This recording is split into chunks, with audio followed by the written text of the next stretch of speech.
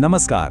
ચાલો આજે એક એવી ઐતિહાસિક સફર પર જઈએ જે માત્ર ઇતિહાસના પાનાઓ પૂરતી સીમિત નથી. આ કથા છે અદ્ભુત નેતૃત્વની, અતૂટ ભક્તિની અને એક એવા સામાજિક પરિવર્તનની જેણે પશ્ચિમ ભારતનો નકશો જ બદલી નાખ્યો. જરા કલ્પના કરો, એક યુવાન એકલો ભ્રમણ કરતો તપસ્વી કેવી રીતે એક વિભાજિત પ્રદેશની કાયાપલટ કરે છે અને એક વિશાળ આધ્યાત્મિક ચળવળ ઊભી કરે છે. તો ચાલો કોઈ પણ વિલંબ વિના આ ગહન વિશ્લેષણની શરૂઆત કરીએ. હવે આખી વાતને બરાબર સમજવા માટે આપણે થોડા પાછળ જવું પડશે. એ સમયના ગુજરાતની કલ્પના કરો.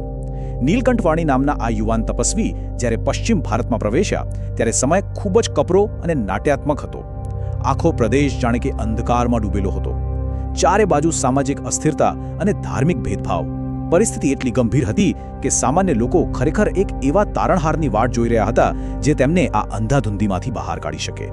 જો આપણે તે સમયના સમાજ પર નજર કરીએ તો ખ્યાલ આવે કે સ્થિતિ ખરેખર કેટલી ભયાવહ હતી. અંધશ્રદ્ધાએ લોકોના મનમાં ઊંડા મૂળ નાખી દીધા હતા. હિંસા, લૂંટફાટ અને ગુનાખોરી તો જાણે રોજિંદી વાત બની ગઈ હતી અને ધર્મના નામે પણ ભયંકર ભેદભાવ હતા. આ કોઈ નાની સૂની સમસ્યા ન હતી. સામાન્ય માણસ સતત ડર અને અસુરક્ષા વચ્ચે જીવી રહ્યો હતો. પણ કહેવાય છે ને કે ઘોર અંધકારમાં જ પ્રકાશનું કિરણ જન્મે છે.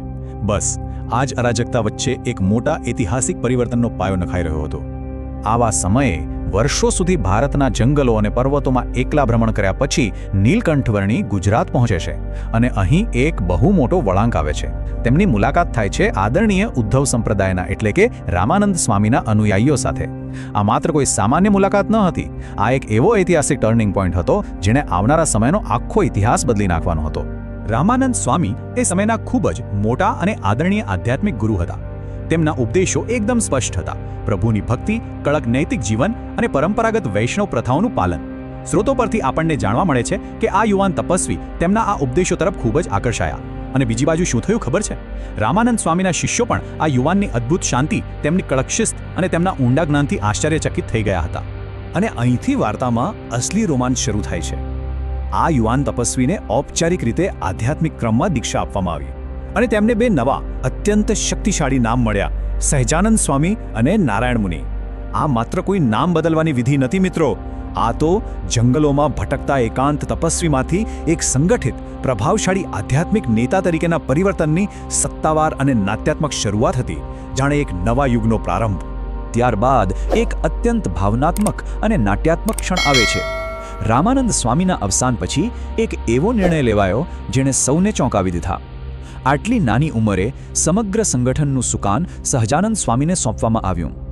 જરા વિચારો, આટલા મોટા સંપ્રદાયની જવાબદારી એક યુવાનના ખભા પર. તે સમયના સમાજ માટે આ ખરેખર એક અસાધારણ અને અભૂતપૂર્વ ઘટના હતી. તો અહીં તમારા મનમાં પણ એક પ્રશ્ન થતો હશે. આટલી નાની ઉંમરની વ્યક્તિએ આટલી ઝડપથી અને સ્વાભાવિક રીતે લોકોનો વિશ્વાસ અને સત્તા કેવી રીતે મેળવી લીધા? સ્રોત સામગ્રીનું માનીએ તો અનુયાયીઓને તેમનામાં એક અસાધારણ આધ્યાત્મિક શક્તિનો અહેસાસ થતો હતો. એમની માત્ર હાજરી જ લોકોના હૃદયમાં ઊંડી ભક્તિ જગાડવા માટે પૂરતી હતી. આ કોઈના પર જબરદસ્તીથી લાદવામાં આવેલું નેતૃત્વ ન હતું, પણ લોકોએ પોતાના હૃદયથી સ્વીકારેલું એક અદ્ભુત નેતૃત્વ હતું. આ પ્રભાવને ખરા અર્થમાં સમજવા માટે આપણે એક બહુ જ શક્તિશાળી બાબત પર ધ્યાન આપવું પડશે, અને તે છે સ્વામિનારાયણ મંત્ર. પારંપરિક માન્યતાઓ એવું કહે છે કે આ પવિત્ર મંત્રના ઉચ્ચારણથી ભક્તોને એવી ગહન આધ્યાત્મિક શાંતિ મળતી જેનું વર્ણન કરવું મુશ્કેલ છે. ઘણા લોકો તો આ મંત્રના પ્રભાવ હેઠળ સમાધિ જેવી અવસ્થામાં જતા રહેતા. આ માત્ર એક શબ્દ ન હતો, આ એક એવું ભાવનાત્મક બળ બની ગયું જેણે હજારો લોકોના હૃદયને એકસાથે જોડી દીધા. અને આ મંત્ર સાથે લોકોનું ભાવનાત્મક જોડાણ એટલું ઊંડું અને મજબૂત બની ગયું કે તેમાંથી એક આખી નવી ઓળખ ઊભી થઈ. ધીમે ધીમે અનુયાયીઓએ આ સમગ્ર વિકસતી ચળવળને જ સ્વામિનારાયણ સંપ્રદાય તરીકે ઓળખવાનું શરૂ કર્યું. આ રીતે એક વ્યક્તિના પવિત્ર ઉપદેશ અને માત્ર એક જ મંત્રની શક્તિથી તે સમયના અંધકારમય પ્રદેશમાં એક નવી જ આધ્યાત્મિક ક્રાંતિનો જન્મ થયો. આ સામાજિક ક્રાંતિનું ચિત્ર ખરેખર આશ્ચર્યજનક છે. યાદ છે ને શરૂઆતના ગુજરાતની વાસ્તવિકતા કેવી હતી? એક તરફ વ્યસનો, હિંસા, શોષણ અને અમુક ધાર્મિક વિધિઓમાં પશુબલિનું ચલણ. આ બધાની બરાબર સામે સહજાનંદ સ્વામીના ઉપદેશો એક ઢાલ બનીને ઊભા રહ્યા. અહિંસા, નૈતિકતા, કડક શિસ્ત અને નિઃસ્વાર્થ ભક્તિ. તેમણે આ બધી જ નુકસાનકારક પ્રથાઓને કાઢીને નૈતિક જીવનશૈલીનો પાયો નાખ્યો. આ કોઈ નાનો સૂનો બદલાવ નહોતો, આ એક ઐતિહાસિક કક્ષાનો સામાજિક સુધારો હતો. આ ચળવળ આટલી મોટી સફળતા કેવી રીતે બની તેનું એક મોટું કારણ છે તેની સર્વસમાવેશકતા. સહજાનંદ સ્વામીનો આ સંદેશ કોઈ એક ચોક્કસ વર્ગ પૂરતો સીમિત ન રહ્યો. ગામડાના લોકો હોય, ખેડૂતો હોય, વેપારીઓ હોય કે પછી મહિલા ભક્તો, દરેક વર્ગ તેમના આ ઉપદેશોથી પ્રભાવિત થયો. તેમનું કરિશ્માઈ વ્યક્તિત્વ એવું હતું કે તેણે સમાજના તમામ ભેદભાવો પાર કરી લીધા અને અલગ અલગ પૃષ્ઠભૂમિના લોકોને એક જ નૈતિક છત નીચે ભેગા કર્યા. હવે આપણે સ્રોત સામગ્રીના એક એવા પાસા પર આવીએ છીએ જે થોડું રહસ્યમય છે પણ એટલું જ રસપ્રદ પણ છે. સામાજિક સુધારાની સાથે સાથે પારંપરિક કથાઓમાં આધ્યાત્મિક દર્શન અને ચમત્કારોનો પણ મોટો ઉલ્લેખ છે. ભક્તોને થયેલા ગહેન દિવ્ય દર્શન, અસાધ્ય રોગ મટી જવાના અનુભવો અને તેમના આશીર્વાદ સાથે જોડાયેલી અદ્ભુત વાતો ખૂબ પ્રચલિત થઈ. ભલે ઇતિહાસની દ્રષ્ટિએ આ બધી બાબતો ચકાસી ન શકાય, પણ લોકોના મનમાં ઊંડી શ્રદ્ધા અને અતૂટ ભક્તિ જગાડવામાં આ કથાઓએ બહુ જ મોટી ભૂમિકા ભજવી. આ રહસ્યમય અનુભવોએ ચળવળને ખરેખર એક અલગ જ ઊંચાઈ પર પહોંચાડી દીધી. તો વિચારો, એક તરફ મજબૂત સંગઠન, બીજી તરફ સ્પષ્ટ નૈતિક ઉપદેશો, એક અત્યંત પ્રભાવશાળી નેતૃત્વ અને ભક્તોનું આવું અફાટ ભાવનાત્મક જોડાણ. આ બધું જ્યારે ભેગું થાય ત્યારે શું થાય? આ ચળવળ કોઈ એક નાના વિસ્તાર પૂરતી રોકાઈ નહીં, પણ કોઈ શક્તિશાળી વાવાઝોડાની જેમ આખા પ્રદેશમાં ફેલાઈ ગઈ. જોતજોતામાં હજારો અને લાખો લોકો આ નવી વિચારધારા અને આધ્યાત્મિક માર્ગ સાથે પૂરા જોશથી જોડાવા લાગ્યા. અને ખાસ વાત એ હતી કે આ કોઈ ક્ષણિક ઉત્સાહ ન હતો. અનુયાયીઓની આ અતૂટ અને ઊંડી ભાવનાત્મક ભક્તિએ આવનારા ભવિષ્ય માટે એક એવો મજબૂત પાયો નાખ્યો જે સદીઓ સુધી ટકવાનો હતો. ભવ્ય મંદિરોનું નિર્માણ શરૂ થયું, નવી આધ્યાત્મિક સંસ્થાઓ ઊભી થઈ અને જોત જોતામાં ભારતમાં એક શક્તિશાળી અને આગવી ધાર્મિક ઓળખનો વિકાસ થયો.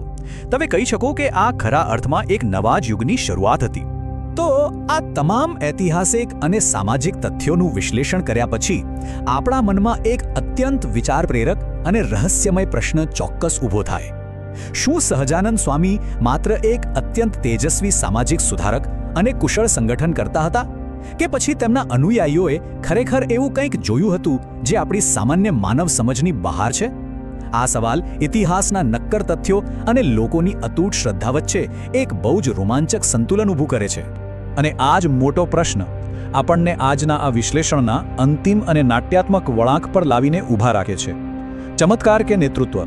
સ્વામિનારાયણનો સાચો પ્રભાવ શું હતો? શું આ બધું માત્ર કુશળ નેતૃત્વનું પરિણામ હતું, કે પછી કોઈ એવી દિવ્ય શક્તિ જે માનવ સમજની બહાર છે? આ ઐતિહાસિક ગાથાના સાચા પ્રભાવ વિશે તમે શું વિચારો છો? તે વિચારતા રહેવું ચોક્કસ ગમશે. આજના આ રસપ્રદ વિશ્લેષણમાં જોડાવા બદલ આપનો ખૂબ ખૂબ આભાર.